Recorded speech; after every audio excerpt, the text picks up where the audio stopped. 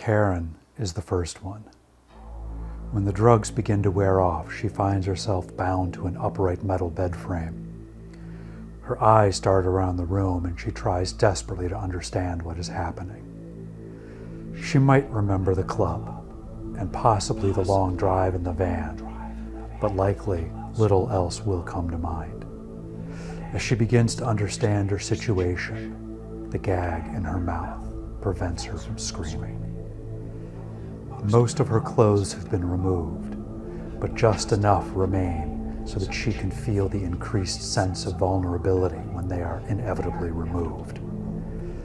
She starts to focus on the small, dank room with the damp, cold brick walls.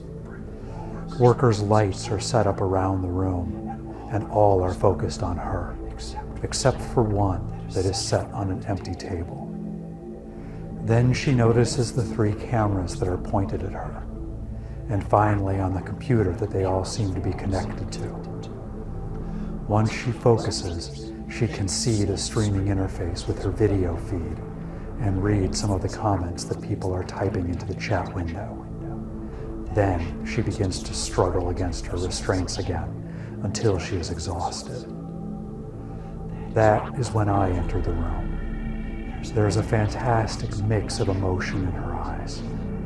I suspect that she has never seen anyone quite as good-looking in person as I am. And I am certain she has never seen anyone as wealthy. Perhaps she recognizes me from paparazzi photos a few years ago when I was dating that actress, or from press releases when I inherited my father's businesses.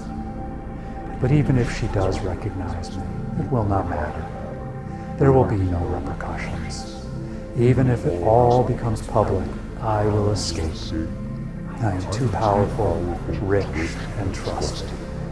And this moment here is my birthright, my destiny. This is what I was made for. And here I am free. Mine will be the last breath she feels on her face, the last teeth she feels on her skin. This moment will be branded into her brain in hot scar tissue, and I will be eternal inside her. And as her body is whittled away, I will live forever in her.